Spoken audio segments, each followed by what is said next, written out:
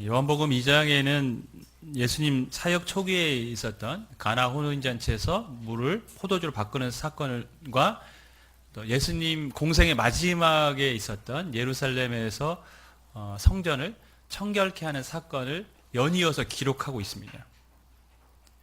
실은 시간의 차이가 있는 두 사건을 요한이 연결해서 기록한 것은 두 사건이 전해주는 메시지가 같기 때문입니다. 옛 시대는 가고 새로운 시대가 열렸다는 메시지를 전하기 위해서 요한은 이 두 사건을 연결했습니다. 율법의 시대는 가고 은혜의 시대가 온 것입니다. 예수님께서 결혼잔치와 같은 기쁨의 시대의 문을 여시기 위해 이 땅에 오셨음을 알려주는 그런 사건들이 가나 혼인잔치의 기적과 성전을 청결케 하는 사건입니다. 새로운 시대가 왔습니다. 그럼 여기서 하나 질문을 던져야 됩니다. 그럼 이 시대에 들어갈 수 있는 사람은 누구인가? 이 시대에 살아갈 수 있는 사람은 누구인가에 대한 질문입니다. 그것이 바로 그 해답이 바로 요한복음 3장의 내용입니다. 함께 요한복음 3장을 살펴보도록 하겠습니다. 3장의 시작은 어느 날 밤에 예수님을 찾아온 니고데모라는 사람을 소개하는 것으로부터 시작합니다. 1절 말씀 우리 다시 한번 읽겠습니다. 시작.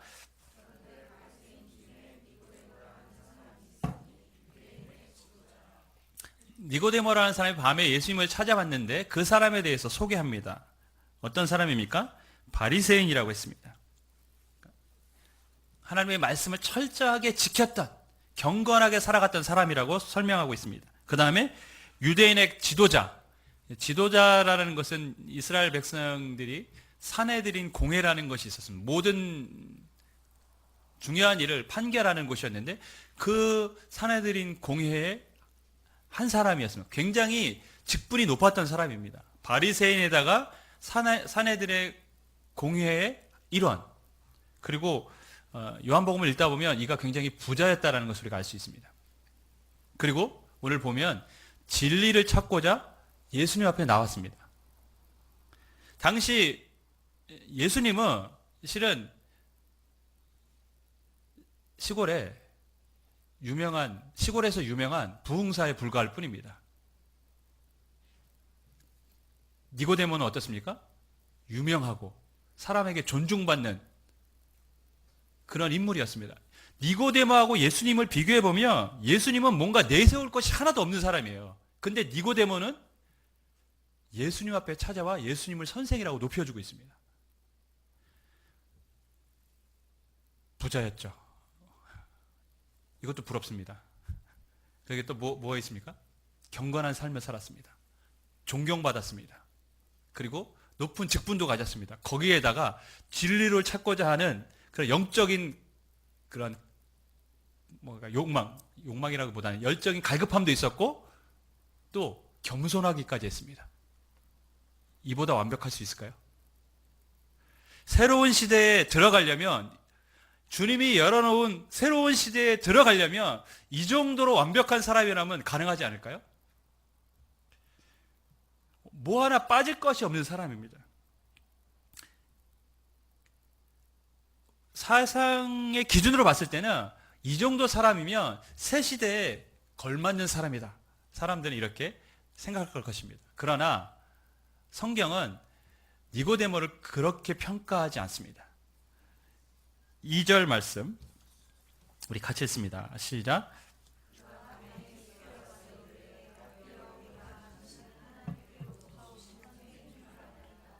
하나님이 함께 하시지 아니하시면 당신이 행하시는 이 표적을 아무도 할 수 없음이니이다. 성경은 니고데모가 언제요? 밤에 예수님을 찾아왔다고 말씀합니다. 오늘날의 밤은 어떻습니까? 화려합니다. 굉장히 화려합니다. 매혹적입니다. 여러 군데서 반짝이는 네온사인. 밤에 사람들이 그렇게 많은지 제가 잘 몰랐어요. 왜냐하면 새벽 예배를 나가야 되기 때문에 밤에 활동할 일이 제가 거의 없습니다. 근데 금요성경 집회 끝나고 저희가 이제 토요일날 새벽 예배가 없기 때문에 가끔 부천역에 가볼 때가 있어요. 뭐 특별한 목적이 있어서 가는 것은 아닙니다. 오뎅을 먹기 위해서 그곳에 갑니다. 출출해서. 사람이 너무 많아요. 그 밤에도. 그리고 너무 뭐 반짝이는 게 많아요. 옛날에는 밤에 활동한다 그러면 도둑만 생각했습니다. 근데 요즘은 사람들이 밤에 활동을 합니다. 밤은 활동하기 좋은 시간으로 바뀌었어요. 하지만 불과 몇십 년 전만 해도 우리나라는 그런 나라가 아니었습니다. 전기가 들어오지 않아서 해가 떨어지면 모든 일을 멈춰야 되는 시대이기도 했습니다.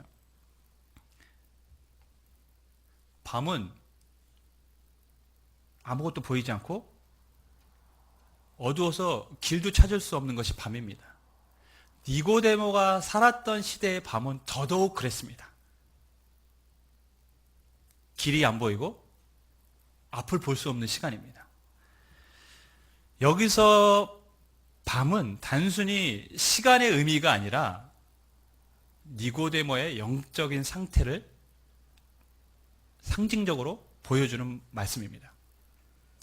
그는 밤의 사람입니다. 그의 삶은 밤입니다.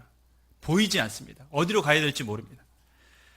니고데모가 예수님을 찾아왔는데 그 동기가 무엇이냐면 성경은 표적을 받기 때문이다 라고 말씀하고 있습니다. 다시 한번 2절을 제가 보면요.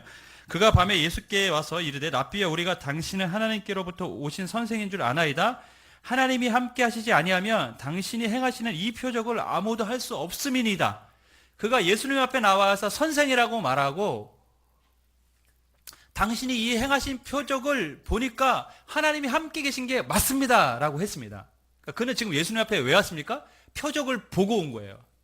표적을 보니까 이 사람은 뭔가 특별한 사람이야 라고 깨닫고 온 것입니다. 그런데 우리가 2장 마지막을 보면 예루살렘에서 예수님이 표적을 행하셨을 때 사람들이 믿었습니다. 하지만 예수님의 반응은 무엇이었습니까? 그들을 의탁하지 않았다고 기록했습니다. 그들을 신뢰하지 않았어요. 표적을 보고 믿은 사람들은 바른 믿음이 아니라는 것이죠. 언젠간 변화될 수 있는 믿음이었기 때문에 예수님은 그들을 신뢰하지 않았습니다. 근데 니고데모는 어떤 사람입니까? 지금 표적을 보고 예수님 앞에 온 사람입니다. 그렇다면 이 사람은 예수님 앞에 합당하지 않은 사람입니다. 예수님이 신뢰하지 않는 사람이라는 것을 의미합니다. 니고데모는 사람의 조건으로 봤을 때는 완벽한 조건인 것 같지만 예수님의 눈으로 봤을 때는 뭔가 부족한 사람입니다.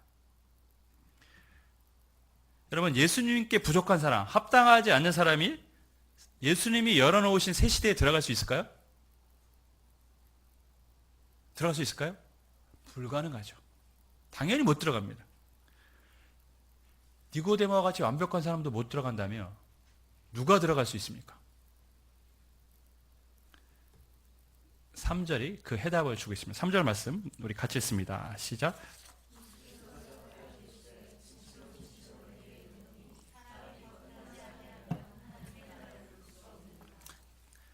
사람이 거듭나지 아니하면 하나님 나라를 볼 수 없다. 실은 예수님의 대답은 약간 좀 뜬금없는 좀 동문서답의 답변이기도 합니다. 왜냐하면 니고데모는 어떻게 하면 하나님 나라를 볼 수 있습니까? 묻질 않았어요.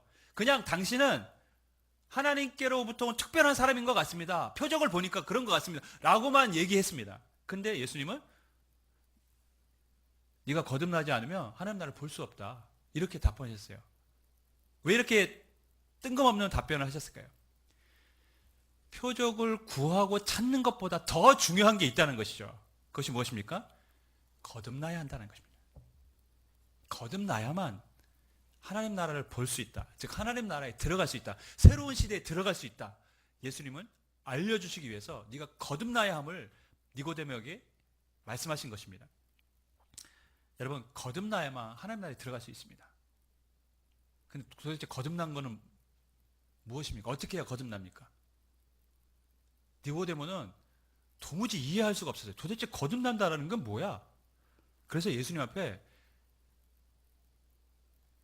상식 밖에 질문을 합니다. 4절 말씀 우리 같이 읽습니다. 시작.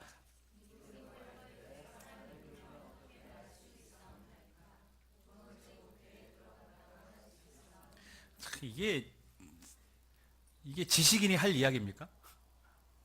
사람이 늙으면 어떻게 거듭납니까? 그러니까 다시 태어난다라는 의미니까 그럼 엄마 뱃속에 다시 들어갔다 나와야 되는 것입니까? 이거는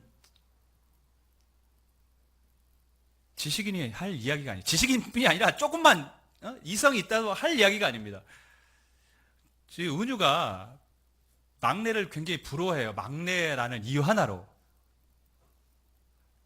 그걸 부러워하더라고요. 자기가 막내였으면 좋겠대요. 그래서 일의 흉내를 낼 때가 있었어요. 일의처럼 막내. 등치도 큰 게 일의 흉내를 막 내요.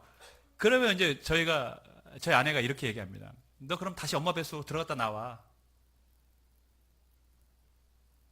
가능합니까? 근데 이 은은이는 어떻게 하면 할 수 있냐, 이런 식으로 어떻게 하면 엄마 뱃속에 들어가서 다시 나올 수 있냐, 얼마나 간절했으며 얼마나 막내가 되고 싶었으며 그렇게 얘기하면 그때 이제 저희 세연이가 하는 얘기가, 야, 어떻게 엄마 뱃속에 다시 들어갔다 나오냐? 우리 세연이도 엄마 뱃속에 다시 들어갔다 나올 수 없다라는 것을 알고 있습니다. 근데 구약 성경을 통달하고 존경받던 지식인이고 선생이었던 니고데모가 거듭나야 된다라는 예수님의 말에 엄마 뱃속에 다시 들어가야 됩니까? 라고 묻고 있습니다. 거듭난다라는 것은 실은 영적인 의미잖아요. 니고데모가 많은 지식이 있었지만 그가 알고 있는 지식은 육적인 지식, 세상적인 지식이었습니다. 세상적인 지식이 많았지만 이 거듭난다는 영적인 지식은 알 수가 없었습니다. 여러분, 세상에 아무리 배운 것이 많고 뭐 박사학위가 수백 개가 된다고 하더라도 뭐 그런 건 불가능하겠지만 그렇다고 해서 거듭남의 의미를 아는 것이 아닙니다.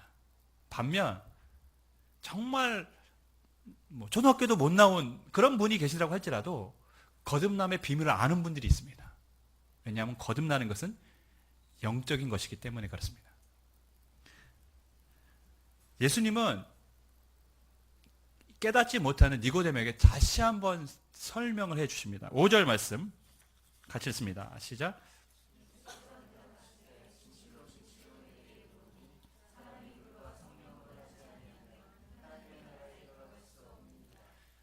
물과 성령으로 거듭나야 한다라고 다시 말씀합니다. 그래서 물과 성령은 같은 의미입니다. 물, 즉 성령이라고 해석해야 합니다. 왜냐하면 요한복음에서 물은 성령을 의미할 때가, 지칭할 때가 많았습니다. 그러니까 강조하기 위해서 너희가 성령으로 거듭나야만 하나님 나라에 들어갈 수 있다. 여러분, 성령으로 거듭난다라는 것은 어떤 모습으로 바뀌는 것일까요? 거듭난다라는 것은 다시 태어난다는 말이니까요. 성령께서 우리를 거듭나게 하십니다. 다시 태어나게 하십니다. 그럼 우리는 어떻게 변화됩니까? 제가 누누이 하는 말처럼 천사처럼 날개가 생깁니까? 아니면 반신반인, 반은 신이고 반은 하나님인 존재로 바뀌어버립니까? 로마서 8장 15절에 거듭남의 의미에 대해서 잘 설명해 주고 있습니다. 로마서 8장 15절을 한번 찾아보겠습니다.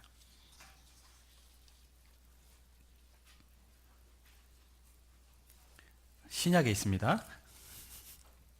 로마서 8장 15절.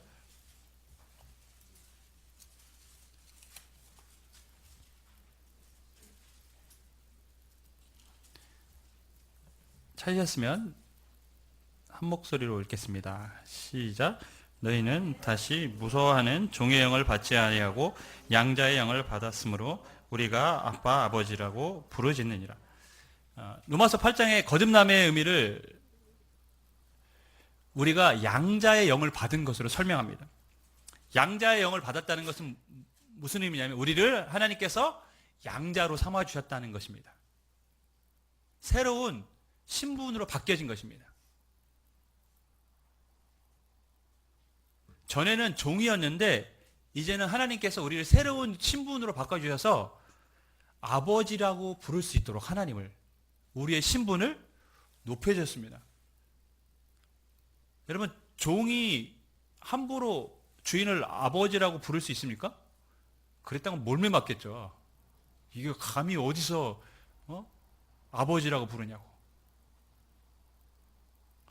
예수님께서 제자들에게 기도를 가르쳐 주셨을 때 처음에 이렇게 가르쳐 주셨습니다. 하늘에 계신 우리 아버지요. 예수님을 뭐라고 부르라고 하셨습니까? 아버지라고 부르라고 하셨어요. 여러분, 예수님이 하나님을 아버지라고 부르는 것은 너무나도 당연한 일입니다. 왜? 그분은 하나님의 아들이시니까요. 근데 우리는 어떻습니까? 우리는 하나님을 아버지라 부르면 안 되는 사람들입니다.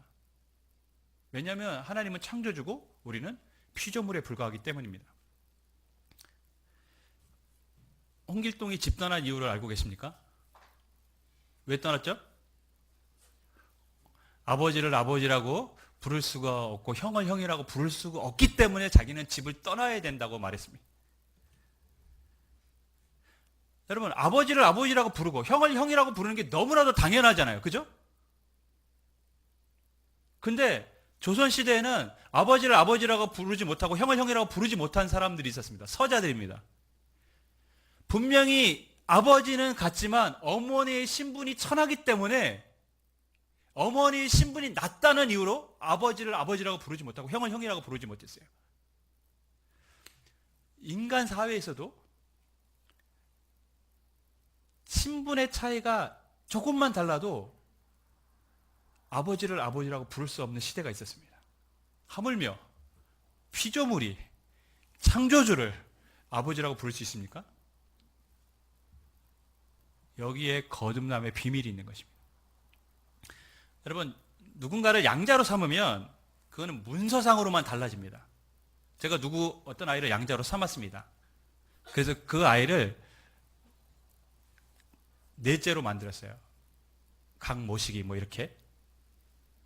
그러면 그 아이가 저희 집에 양자로 왔다고 해서 그 아이의 혈액형이 갑자기 달라집니까? 저희 집 피가 흐릅니까?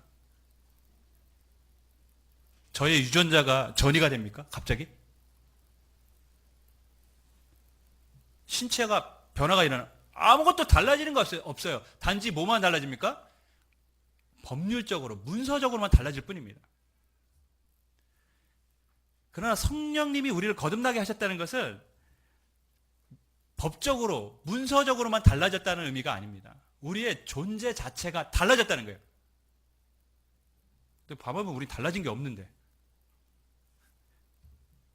성령님이 우리 안에 계시기 때문에 우리는 뭐가 된 겁니까? 하나님을 우리 안에 모시고 살아가는 사람들이 된 겁니다. 존재가 달라진 거예요. 그냥 법적으로만 달라진 게 아니라는 것이죠. 성령이 우리 안에 계시기 때문에 우리는 하나님을 아버지라고 부를 수 있는 것입니다. 물론 그렇다고 우리가 하나님과 동급이 되거나, 그죠? 하나님처럼 됐다라는 것은 아닙니다. 그런 생각을 갖는다면 사이비 교주로 가는 지름길이죠. 오늘 공과 공부 시간에, 율동 시간에 아이들에게 물었습니다. 우리가 하나님으로 충만해지면 어떻게 될까요? 그 찬양에 내 안에 내가 살아서 미워하고, 내가 살면 미워하고 악한 짓을 하지만 성령님이 내 안에서 역사하시며 우리가 하나님의 뜻을 이룰 수 있다는 찬양이기 때문에 물었어요. 우리 안에 하나님이 가득하면 우리가 무엇이 될까요? 했더니 우리 세원이가 하나님이 됩니다. 사이비 교주로 갈 수 있는 길을 닫고 있습니다. 우리가 하나님이 된다는 것이 아닙니다. 우리가 거듭나면, 성령님이 우리를 거듭나게 하시면 우리는 새로운 존재가 되어지지만, 특별한 일이 일어나지만, 그러나 그렇다고 그것이 사람들의 눈에 보기에는 확연하게 드러나지는 않습니다. 성령님이 우리 안에 계신 거 보이십니까? 보인다고 하는 사람들은 믿으시면 안 됩니다. 볼 수가 없어요. 7절, 8절 우리 같이 읽겠습니다. 시작.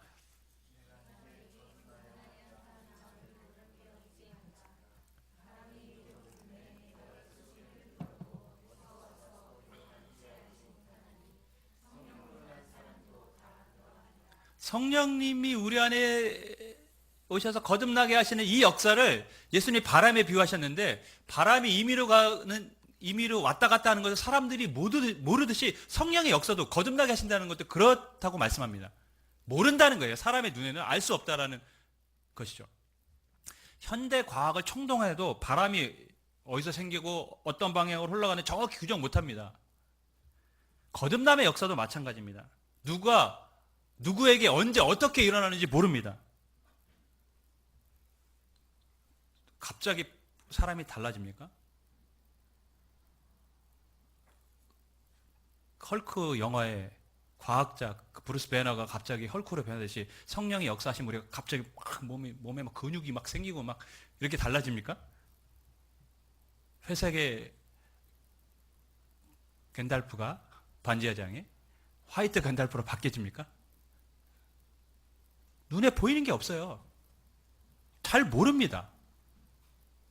근데 어떤 사람들 이렇게 묻는 사람도 있어요. 당신이 언제 거듭났습니까? 그래서 잘 모르겠는데 이렇게 대답하면, 아니 사람이 자신의 생일을 모르는 사람이 있습니까?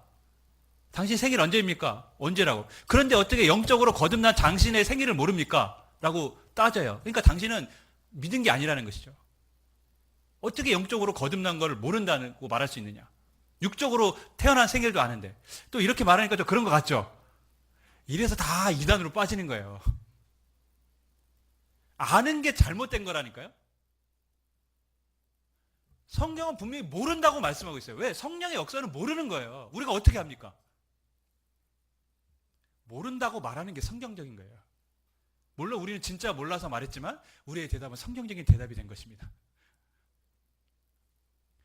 여러분, 우리의 신앙생활을 돌아보면, 여정을 돌아보면 그렇지 않습니까? 믿으려고 노력했습니까? 근데 그렇게 안 했지만 어느 순간 내 안에 믿음이 생겼습니다. 내가 예수님을 믿고 있는 것을 내가 느낍니다. 언제부터인가 교회 가는 게 즐거워졌고 찬송을 부를 때 기쁨이 있었습니다. 내가 애쓴 게 아니에요. 내가 교회를 가는 게 내 기쁨으로 삼아야지, 내가 찬송을 부를 때 기쁨으로 찬양해야지, 이렇게 한 게 아니라 어느 순간 내 안에 변화가 일어나고 있었어요. 여러분에게 그런 경험이 있다고 믿습니다. 할렐루야? 그런 경험이 있다면 왜 그런 일이 일어났을까요? 나는 모르지만 성령님이 우리를 거듭나게 하신 것인 줄 믿습니다. 성령의 역사는 우리 눈으로 확인될 수가 없어요. 하지만 분명한 것은 돌아보면 우리 삶의 변화는 나타납니다. 그렇다면 어떤 사람이 성령으로 거듭날 수 있을까요? 우리 이 마지막 질문 한번 던지겠습니다. 니고데모는 실은 이 예수님의 말씀을 좀처럼 이해할 수가 없었어요. 왜냐하면 그가 가진 지식은 육적인 것이기 때문에 영적인 것을 이해할 수 있는 그런 사람이 아니었습니다. 그래서 예수님은 갑자기 모세의 비유를 듭니다. 14절 15절 말씀 우리 같이 읽겠습니다. 시작.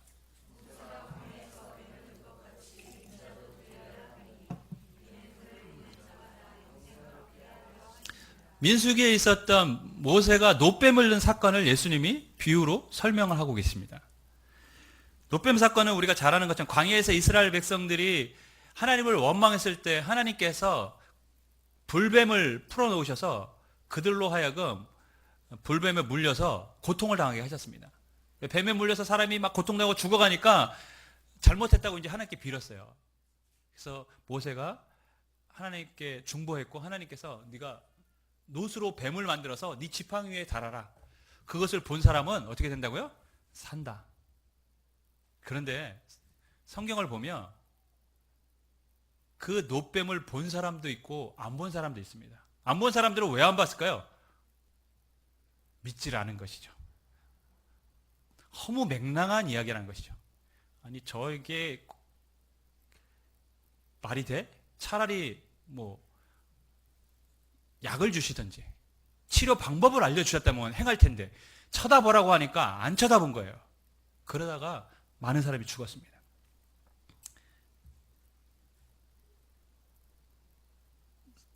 성경은 분명히 장대에 달린 노뱀을 본 사람은 살았다고 기록하고 있습니다. 하나님께서 열어놓으신 구원의 길, 구원의 방법을 믿는 사람들만이 사는 것입니다. 예수님은 자신의 십자가 사건을 니고데모에게 미리 말씀하고 계십니다. 모세가 광야에서 뱀을 든 것 같이 인자 자신도 들려야 한다라는 것이죠. 십자가에.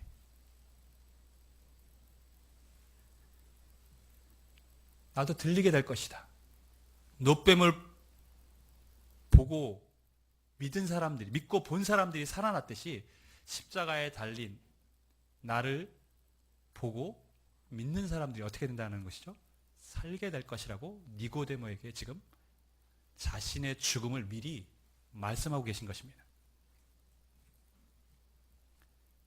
여러분, 모세가 광야에서 뱀을 든 것 같이 예수님도 십자가에 달리셨습니다. 노뱀을 보면 낫게 되실 것이라고 믿은 사람들이 살아났듯이 십자가에 달린 주님을 믿는 사람들이 구원을 받게 될 줄 믿습니다. 그래서 요한복음 3장 16절에 아주 위대한 고백을 하고 있습니다. 3장 16절 우리 같이 읽습니다. 시작.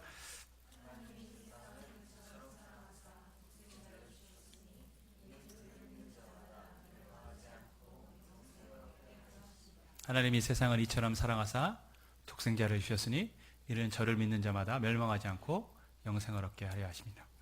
누가 거듭납니까?